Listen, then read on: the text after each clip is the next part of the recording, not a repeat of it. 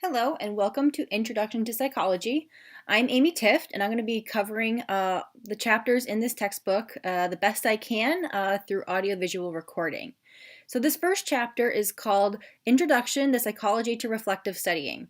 It's not the first chapter in the book, it's actually your introduction section, and it's really important for you to learn about this section in order to understand how to study and read your textbook and listen in class effectively in order to be really successful in the Introduction to Psychology class, as well as all your classes at FAU High School and beyond. So let's get started. At the beginning of every chapter, we have what are called gateway questions. These questions are essentially a series of main concepts that are going to be covered in that chapter, and they're a fantastic way to preview what's coming up in that chapter, as well as at the end of the chapter to go back and review to make sure that you understood and remembered all the key concepts. So here are our first gateway questions. We're going to be talking about what reflective learning is, what's the best way to read a textbook, how learning can be in class can be improved, the best way to study, what are some more effective ways to be a test taker, and how can digital media help with effective processing, and then how can procrastination be overcome, which I think is going to be a really important concept for you guys. All right, so to start off, experiential processing. So normally we go about our world and we learn about it through what's called experiential processing. And if you look at that word experiential processing, it is exactly what it sounds like. It's learning through experience. And this type of learning is passive, effortless, and automatic. So last night, you probably watched some TV, your last night of freedom before coming back to school, and you were watching TV. Maybe you were watching Game of Thrones or a movie or The Walking Dead or something else that you really, really enjoy watching.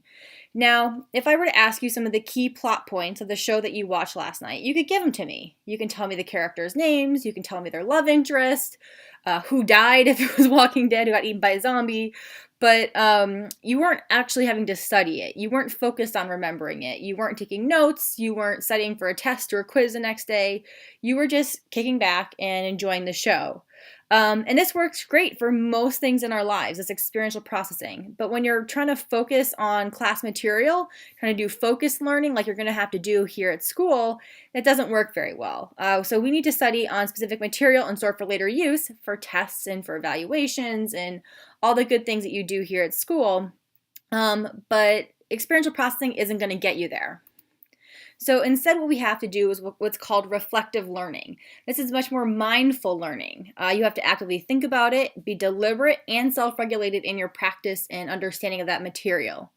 If you reflect on what you're learning as you learn it, you're actually going to remember it better. This is also called elaborative processing.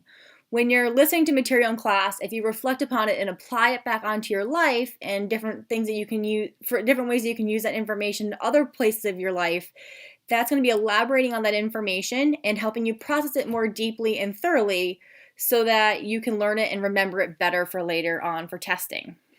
So some steps to reflective learning. We're going to be walking through these one by one. The first step is to set specific objective learning goals. So what knowledge are you trying to gain from that chapter or from that lesson? What are you hoping to accomplish? And I always want you guys to be setting goals. Now, I know you've talked about this quite a bit, or you will be talking about it in S2S with Ms. Menard, but it's still very, very important to do this even when you sit down to read a textbook or before you come to class. And a good just tip and habit to get into is every 20 minutes that you're studying, stop and summarize what you just learned. This forgetting curve that you see on the computer or on the monitor is a really famous curve. We're going to be talking about this a lot in our memory chapter, but you forget most of the information you learned immediately after you learned it. Like it just flies in and out of your brain almost all at once. But if you can hold on to that material and space out your learning, you're going to hold on to it for longer and better with more dexterity, and it's going to be a lot easier to remember that when it comes to taking a test. Our second step is to plan a learning strategy. How are you going to accomplish your goal? So the best way to do this is to think of essentially how you're going to plan out your schedule for about a month or maybe longer. For classes like here at FAU High School, maybe you think about it in a semester schedule. So that's 3.5 months, and then you kind of work backwards. But 1 month is a nice chunk. It's easy to kind of think that far out. So if we're starting in August or you're starting in January, think about what you're going to do in the next month, and then think about what you're going to do this week. So maybe we're going to learn the first 3 chapters in the first month. And maybe this week we're going to start off with our introduction chapter and maybe our chapter 1 if we can get to that. And then you can also break it down to what you're going to be doing today. So today, what chapter are you going to be reading, or how many pages? What notes are you going to take? What are you going to do to review today? So if you can break it down from these really long goals, a whole semester can feel overwhelming. But if you can break it down to a month, to a week, to today, it makes it a lot easier to swallow. I also want you guys to think about being your own teacher. So give yourself guidance as you begin to study. Now, a lot of you guys were very successful in your other programs, or maybe you were really successful last semester. Maybe you weren't quite so successful last semester. So you have to give yourself some guidance. You know where you are currently, but especially if you're new to FAU High School, it's going to be a big challenge. So ask yourself these questions. As you're beginning to read your book or you're taking notes, put yourself into my head. What might Dr. Tift ask on this test?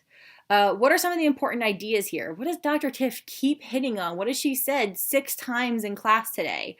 What are some key concepts that she's given multiple examples for? Ask yourself, what do I remember? What don't I understand? If you can understand what you don't know, that's critically important, and that's where you can ask questions, or you can dig further into your textbook, or ask a friend, or review your notes. What do you need to review? What do you need to review for the test or for your curiosity's sake? And then, of course, what should I do next? So how can I prepare for my next lesson and going forward so I can do better? And then step 4 is monitor your progress. Keep a record of your progress. So maybe mark down how many pages you've read. If you're someone like in the class who likes to run or likes to work out, you might have done this before where you kept track of how many miles you ran, or how many pounds you can squat, and you can see those numbers increase over time. Or if you're a person who likes to draw, like how many drawings have you done, or how many things have you completed, how many things have you sold. It's the same thing with study. You can mark down how many pages you've read, or how many pages of notes you've taken, how many hours you've studied, how many assignments you've completed, checklists, especially for my type A folk out there, I know you're there. Have your little to-do list with your check boxes, and get yourself some nice stationery and some nice pens, and check those things off as you go through. Some of you guys think I'm crazy. A lot of you guys are nodding along with me. All right, step 5 is reward yourself. So if you meet your goal, reward your efforts. So treat yourself. Watch an episode of your favorite TV show if you finish the chapter. Pat yourself on the back. Get a snack. Go on Snapchat for a few minutes. Do anything to kind of let yourself know like you got the job done.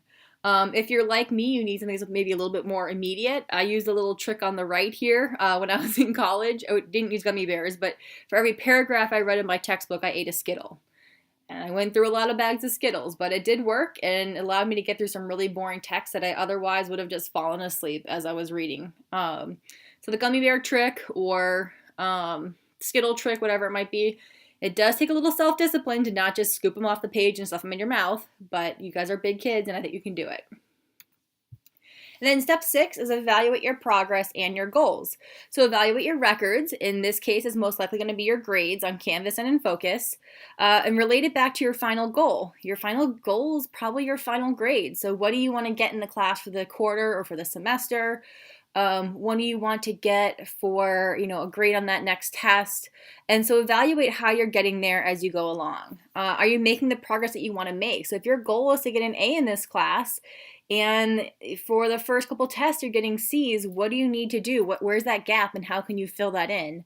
And then how can you revise your short-term goals to reach that ultimate goal? So if you want to bring your grade from a C to an A, what can you do? Can you today start reading a little bit more in the textbook? Can you take notes or make flashcards as you're reading along? Do those little things that you know how to do. You know what these steps are. You just have to do them and implement them. And you can bring yourself from the point where you are currently to that final goal. You can do that. And then step 7, take that corrective action. So if you're falling short of your goals, you may need to rebudget your time. I want you guys to evaluate your learning environment, and that self-reflection can be kind of tough. So noise, if you're studying in aftercare, that place is a party. Maybe move somewhere else that's a little bit quieter, out in the hallway or into a classroom. Turn off the internet on your device, whether it's just turning off the Wi-Fi or deleting apps. All that can be very, very important. It's so easy to turn off your Wi-Fi, and you might think that's not going to help, but when you are working on your iPad and you click on the internet and you click on one of your apps and you jump all of a sudden to a blank screen or an app that's not loading, you don't even realize you clicked on it by the time you're in it for 20-30 minutes. So turning off your internet can be really good, or putting your iPad on airplane mode. Put away your phone. Turn off notifications. Put it on Do Not Disturb. Set it up so that only your parents can call in. Obviously, your mom needs to reach you all the time because you're a bunch of teenagers. They're crazy parents. But make sure, you have your phone silent so you're not getting these notifications from Snapchat and Instagram and whatever else. And then move to a different location if you need to. It might be fun to study with your friends, but that may not be the most effective way. Now, as you guys probably know, Apple now has a screen time setting that you can go into and set different things. So you can schedule time away from your screen. You could set limits on your app. So you can say, okay, I'm only going to use Snapchat for 1 hour per day, which sounds like a lot, but for you guys, that's not really a whole lot. And then it will turn off. It won't let you access it after that time. And you can do a whole bunch of different things. You can share this across your devices. You can make sure that, just because you're on your phone doesn't mean you're hiding from your iPad. You can do a lot with this tool. So I would advise you to explore that, especially if you're finding out that you're sucking a lot of time into various apps and social media or your games. Some other strategies to be successful, come to office hours. Almost every teacher here will be available to you guys before and after school unless we have clubs or meetings. It's a really good time to talk to us one-on-one, undisturbed. You can ask us questions. You can get help on assignments. You can ask us to review papers for you. We're so happy to do that. In S2S, you can ask questions to Miss Menard, or again, after school or before school. She specializes in study skills and time management.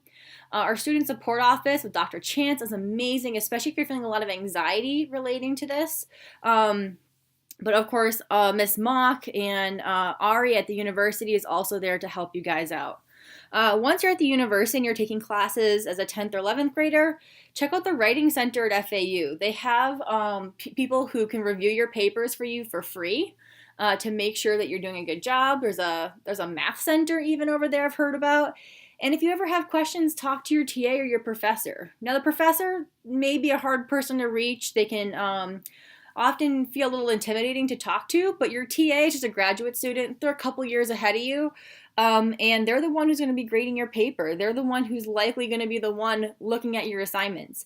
So make sure you talk to them and get feedback from them, and ask them questions, because they're probably the best people out there to have your questions answered. All right, so now we're going to be switching topics. We're going to talk about how to tame a textbook. Now, if you're your first time here at FAU High School, you're going to be handed a lot of textbooks in your first week of school, and it's going to get pretty intimidating how much you have to read overnight, every night. If this is your second semester, if this is spring semester, you probably have realized this, especially if you've had history or bio. There's a lot of reading here to do at FAU High School. So we're going to be talking about how you can use reflective learning while you're reading. So as you read your textbook, relate the new facts that you're learning, the terms and the concepts to your own experiences and the information that you already know. This is called self-reference.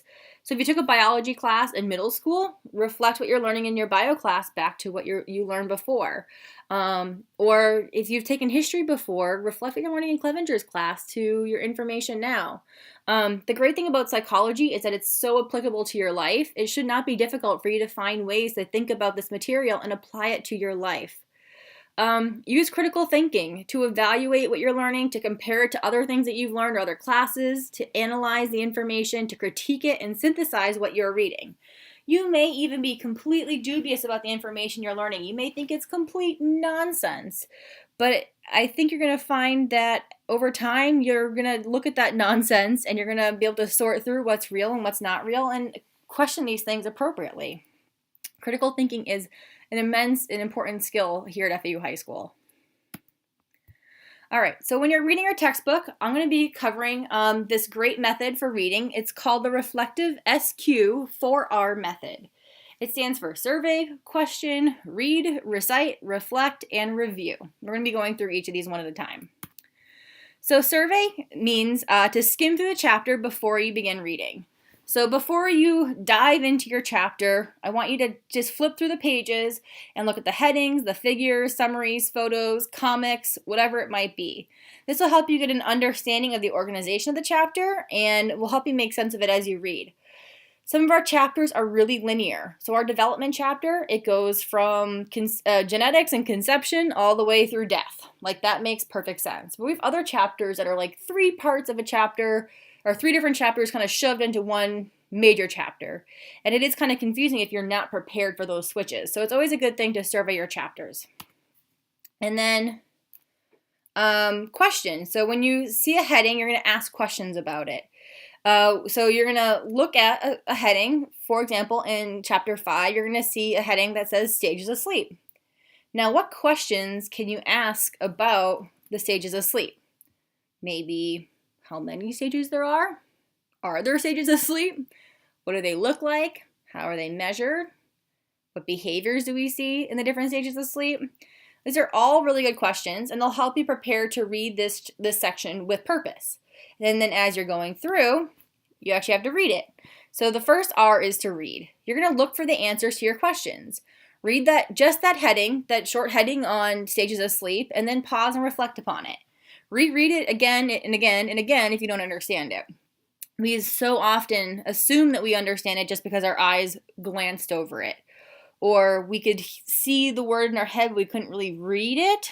That's something you really got to make sure you're actually reading. If you can explain what you read to someone else, you probably did a pretty good and thorough job of reading. But if you can't, I think it's time for you to reread that again. And then recite. After each section, pause and recite or rehearse what you just finished. You can make brief notes to summarize what you just read. Note cards of the key words are really, really good for this. I recommend filling out note cards for each of the bold-faced terms in the glossary as you go through each section. Summarize the section and reread it if you can't get a good summary. And then do this for the whole chapter. It's going to take time, but I can guarantee you're going to understand the information much, much more thoroughly. R3 is reflect. So think about what you're learning and how it all fits together. The more mindful you are, the better it's going to be, and the better you're going to actually remember this information. And then the 4R is review. So when you're finished reading, skim the chapter again or review your notes or your note cards. Did you answer the questions that you were asking in your head for each section? So how many stages of sleep are there? What do they look like? How are they measured? You should be able to answer all of those questions. Does the chapter as a whole make sense? You can quiz yourself, use the answer or use the questions at the end of the chapter, then review all those key terms, those bullet point or those bulleted bold-faced words. Those are great things to review because they are going to show up on the test. And so does this work? Yes, it does. But it takes time and it takes practice. It will enhance your long-term memory of the material, and it's a better thing to do a little bit every day than waiting till the day before the exam and trying to cram this all in, because it's just not going to work. There's just too much information and you have too much going on in your other classes to try to do that. All right, so applying the SQ4R method to this textbook. Survey each chapter, read over those gateway themes. They have the opening story in the questions. We've already reviewed the questions. And the opening story is nice. It kind of introduces you to a story relating to that topic. After each chapter, can you answer those gateway questions? Can you summarize that chapter? Then question, try to create your own questions about the chapter and the subtopics. Be skeptical of what you read. And if you don't see an answer to one of your internal questions, go research the answer for yourself. You may go online, you may ask friends, you may ask me. This can only help create a fuller understanding of this material, which is going to help you with your learning. And that goes back to that elaborative processing. Read the book. It's amazing how many students neglect to read the book. It really does hurt them in the long term. It doesn't help set up effective study strategies, and the book really does have a ton of great content. We can't get through everything in class. It's much more thorough than I could ever be. So I really recommend reading the book. Look at the bold-faced type. These are the key terms with the definitions. There's a glossary in the lower corner of the page, and then in the back of the book, they have a full glossary. So if there's another term you don't know, maybe from a chapter that we skipped, go check that out, and it'll give you that answer to that key term. And then recite. Use the built-in study guide or knowledge builder at the end of the chapter. Rehearse what you've just read and check your understanding. Make sure you understand that material really thoroughly. Reflect. Use the think critically questions as you go along. Connect new ideas to your own life and what was previously covered or covered in your other classes. Take notes as you go along. And then review the psychology and action section towards the end of the chapter. This is going to give us you a real-world applied form of this content, which will be really helpful for your understanding going forward. And then review. At the end of the chapter, they have a section called Gateways to Psychology. It's a detailed chapter review. Think about each section. If you don't remember it or you don't understand it very well, go back and reread it or ask me questions when we come to class. Okay, so now we're going to be switching to our next topic. It's on note-taking, and it's called the listen section. And yes, it drives me crazy that it's not spelled correctly, but we're going to go with it because I didn't create this. So it stands for L, lead, don't follow, I for ideas, S for signal words, A for actively listen, and N for note-taking. So L, lead, don't follow. Read the assigned material before you come to class. It's amazing how many students don't do this and how much it hurts them. So if you can read the book before you come to class, you can anticipate what's going to be covered in lecture. You can reread any lecture notes before class starts, especially if you have a teacher that provides you lecture notes. And then you can add to your notes as you go through. So as the teacher's talking, you can take these good notes from the ones that you already have in the book, and it makes it a much more thorough and representative example of what you need to know for an exam. I's for ideas. So lectures are based on a core set of ideas. I'm not just going to get up in front of class or record randomly my stream of consciousness for the day. When I'm talking to you guys, it's about a certain theme for that chapter. So always be asking yourself, what's the main idea now? And what ideas are out there to support this idea? What are the examples that Dr. Tift is giving that will help me understand this material better? S is signal words. So listen for words that help provide direction. So if I say there are 3 reasons, I'm going to give you 3 ideas. More important is going to give you a main idea. If I say on the contrary, I'm going to give you an opposing idea. Or for example, I'm going to try to support the main idea. I'm going to try my best to give you examples of different material that's actually different than the examples given in the textbook, because if you're reading the textbook, you're already going to know that example, and that one may not make quite as great sense to your mind. So I'm going to try to give you a bunch of different examples, 2 or 3 ways to think about something to help make especially really complicated topics more clear for you guys. A is for actively listen. So get involved and ask questions. Listen to the lecture, read the text material, talk to me, talk to your fellow classmates, make sure you understand this material. Be alert and active and engaged in class. There are so many students that I've had in the past who just come in and they slump back in their seat and they just give me an attitude. I've had them come up to me afterwards asking me, like, why am I not getting a good grade? Well, they're not coming in with the attitude to learn. They're coming in here essentially waiting to be impressed by something.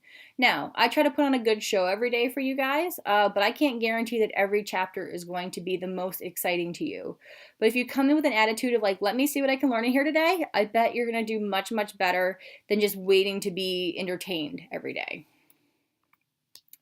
N is for note-taking. So taking active lecture notes helps you do better on exams.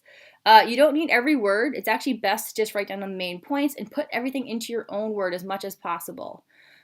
Listen, but be selective when you're writing. So listen to what I'm saying, listen to what's going on in class, listen to the questions that are being asked and the examples, but only write down the key points, the ones that are really important for you to understand. Use a highlighter or underline key terms. Again, my stationery folks, my pen girls, like, you're going to love this. Take a couple pens and pencils. Make sure that you're keeping nice notes. Be neat. I know some of you guys don't have the nicest handwriting, but it will be really beneficial to you if you can create some sort of organization for yourself. You don't have to have great handwriting, but organization will be key. And then after class, review your notes. Refer to your textbook if there's anything you don't understand or you're not sure how to spell something. Anything you can do to kind of back up that information is going to be really helpful. All right, so study strategies. So making a habit of success. This is the silliness from the book, but I'm going to go with it. So grades are based much more on effort than your intelligence. A lot of you guys are really, really smart, but some of you guys are really lazy.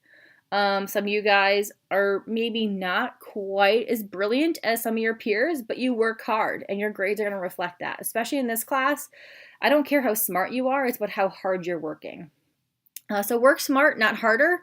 I've had students who try to literally will recopy the book word for word into their notes, or they're going to reread the sections over and over and over again. That doesn't really help after a certain point. Once you've read it and kind of reread it, if you understand that, that's good. But you can do much better studying habits than just rereading or recopying. So we want to see quality studying versus quantity studying. And number one, come to class, especially if you're in my first period class. I know you like to roll in a little late. That's really going to hurt you. Come to class every day and you're going to do much better. So studying in a specific place, this will help you minimize your distractions. So I recommend going online and finding Spotify mixes for study music. There are white noise apps you can download that will help drown out any ambient noise that's going to bother you. Think about, if that aftercare room is a little too crazy, try to find a quiet classroom. Typically, they can find you a classroom that's, just you and a couple other people studying. As you get older, there might be, parts of the library that you find to be useful. Maybe Starbucks is more your jam. You like that, that cafe kind of noise level. Or at home. Sometimes home is a really great spot. Sometimes your parents might be a little too overbearing for studying at home. So find a spot that's going to work for you. If you're a person who, doesn't have to be in aftercare, that might be a good option for you to find that nice quiet classroom. Even if your parents can't pick you up, maybe delaying that an hour might be good. Use space study sessions. So space practice is when you have a large number of short study sessions. Massed practice is these long, uninterrupted study sessions, also known as cramming. So which one do you think would work better, space practice or massed practice? Well, of course it's space practice. You guys all know that cramming the night before an exam is really a recipe for a disaster. It doesn't work, but you're all going to do it at some point. But I really hope that you can avoid that as much as possible. So use that space practice. Do a little bit every single day, and you're going to do a lot better on that exam than if you wait till the night before to study. Test yourself. Self-testing is really important. You can pose questions to yourself and see if you can answer them. Use flashcards for key terms. Quizlet also has a bunch of flashcards online that I think would be really helpful to you guys.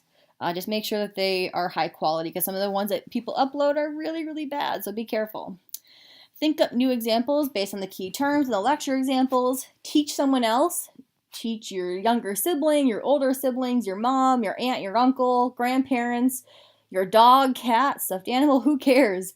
I have a lot of students who have told me that they talk to their parents on the ride home or ride into school about what they learn in my class. Their parents usually find it fascinating what they learn in this class, so I think it might be kind of fun for you to share that with someone else, and it will help you understand what you know and what you don't know. And there's a lot of online quizzes and apps. You guys know about all these. They're fantastic, so make sure you utilize them when appropriate. An overlearning. Don't overestimate how well you think you're going to do on an exam. Don't be like, oh, I'm pretty sure I got this. I'm going to do just fine. I'm not too worried about this exam. It's really the best thing to do is to study past the initial mastery. So that initial, I think I got this, that's not going to be enough. Go above and beyond that. So it's better to overstudy than understudy, and make sure you really know the material really, really well before a test. So reflective test taking. A lot of you guys are good test takers, but some of you guys really get stressed out about tests. I want to give you guys a couple tips. So first of all, read over all the directions and the questions carefully. So think about how long an answer needs to be, especially for an essay question. So some of your classes, it might be several pages. For my class, a paragraph is fine. Half a page, 4 to 5 sentences is going to be enough. So make sure you read so you're not overdoing and taking too much time on that. Sometimes teachers are looking for an opposite answer. So give me examples that do not work for this, or what is not an example of X, Y, and Z. Survey the test quickly before you begin. Look at how many questions there are. Can you write on the test? How long do you have? Those are all really important facts. Answer the easy questions before you spend a lot of time on harder ones. You've probably done that before. Make sure you answer all the questions. Every year someone turns in a test and has forgotten to answer a question. I've even had students who they just get so frustrated with themselves that they just don't answer essay questions. Those are worth between 5 and 10 points. They easily go from an A to down to a B or a B down to a C because they gave up on themselves. Give me something. Give me a definition. Give me anything. And I'm going to try to get you guys at least partial credit. So answer the darn questions on the test. You'd be surprised. Use your time wisely. So as you're studying or as you're taking the test, make sure you're keeping track of the time. Make sure you're not going to run out. Ask for clarification when necessary. If you don't understand a word, if you're unsure about an instruction, please ask. Any of your teachers will be happy to answer that for you. Write down the things that you just reviewed. Okay, so if you're reviewing SQ4R in your head, what that acronym means, as soon as you put away your notes, I pass out the scrap paper, write it down, so that way you don't forget. The worst thing you can do is wait to write those things down until you come to that question, and then by that point you've had so much other stuff come in your mind that you've lost it. So write it down as soon as you get your paper. And then be on time for your tests. You're only going to hurt yourself, especially at the university. They may be locking the door and saying, I'm sorry, you can't take the test if you get there late. And then, of course, don't cheat. You guys know better. So procrastination. Oh, you guys, and procrastination. Procrastination is the tendency to put off working on unpleasant tasks. You guys know this. And yes, everyone is infected, even myself. Trying to get done my notes for this class, or finding videos, or writing important emails, all those different things, they cause us to procrastinate, and I do the same thing. But the best thing you can do is don't be the cause of your own suffering. So just get started. Do 5 minutes, write one sentence, get something on the page, whatever it might be. Open that book and put your face in front of it. Every little thing that you can do to kind of stomp procrastination out in your life is going to be helpful.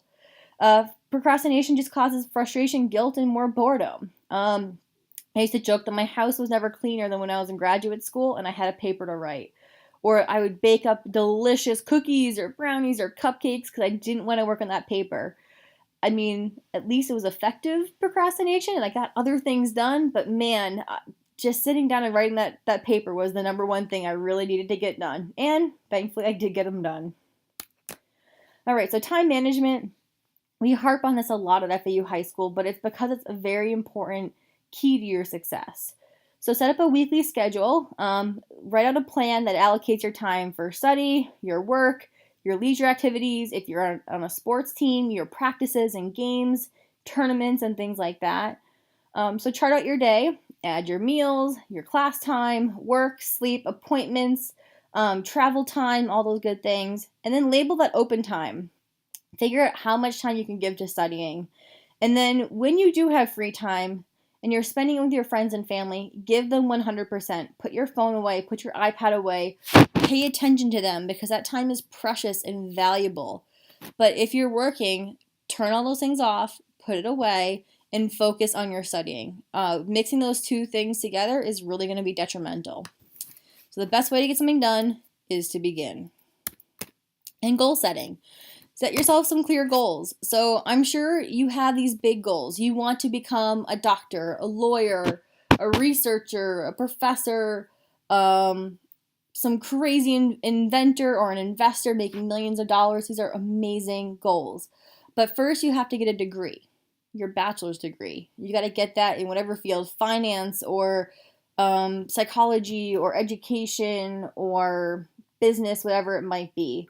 So if your final goal is to get a degree, to get into that program or to do well in that program to get the internships you need, you have to have a certain GPA. So in order to do that, you need to get an A in this class. Well, in order to get an A in this class, you should work on getting an A on that first exam. So then I want you to work it back to how many hours this week do I need to study in order to get an A on that exam in 2 weeks? So think back. So maybe you should be thinking about, okay, I need to read the intro chapter, chapter 1, chapter 2, complete any writing assignments, look ahead to see what Dr. Tift has on the schedule. Make sure you're planning ahead when you can get these assignments done. There's nothing worse than forgetting about a homework assignment and that really bringing your grade down from that A to a B. And then make learning an adventure. Again, this is the cheesiness of the book. I promise I'm not that cheesy. But the more that you wait to get started, the harder it's going to be for you to get these things done. And the more that you do it, the better you're going to become at studying. Practice makes perfect with studying, with education, just like it does in athletics. So if you're a person who's a runner or you play on any sports team, you probably weren't very good at first. And it's the same thing with studying. You have to get better at it through practice. Find topics in every class that interest you. You may not be super into memory, but maybe the personality chapter is what your jam is going to be.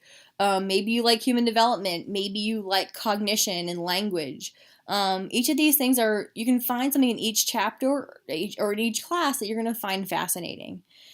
Give yourself that attitude that lets you learn. Come in with a positive attitude. It can be tricky some days. It can be really early. You can be really stressed out. You can be really exhausted. But if you come in like, hey, I want to see what I'm going to learn today, that on its own is going to give you a head start.